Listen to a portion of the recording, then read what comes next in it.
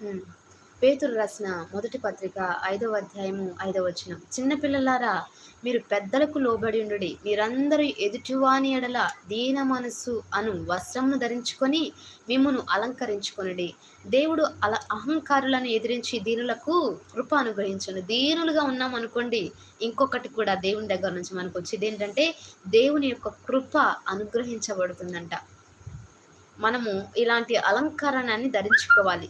ఏంటంటే, దీన మనస్సు కలిగిన ఆహ్, వస్త్రమును మనము ధరించుకోవాలంట. దీన మనస్సు, అన్నిటికి తగ్గింపు జీవితం. నాదేమి లేదు, నా దేవుడే కార్యం జరిగిస్తాడు. నాకెంత ఉన్నప్పటికి కూడా నా దేవుడే అన్నిటికి కారణమని దీన మనస్సు కలిగి, తగ్గింపు జీవితం కలిగి ఉన్నప్పుడు, అలాంటి దీనులకు కృప, దేవుని కృప అనేది అనుగ్రహించబడిద్ది. దేవుడు కృప మనకుంటే ఇంక అదే చాలండి. కృపతో మమ్మల్ని జ్ఞాపకం చేసుకో ప్రభువా. ఆయన కృప ఉందంటే మనం బ్రతుకుతాం, జీవిస్తాం. అధికమైన సంవత్సరాలు మనకు అనుగ్రహించబడతాయి. ఎప్పుడు ఆయన కృప మనతో ఉండిద్దంటే, దీన మనస్సు కలిగి దేవుని దగ్గరకు ఉండేవారు, దేవుణ్ణి వెదికేవారు, దీన మనస్సు వస్త్రాన్ని ధరించుకున్న వారికే ఆయన యొక్క కృప మనందరి మీద తోడై ఉండునుగాక.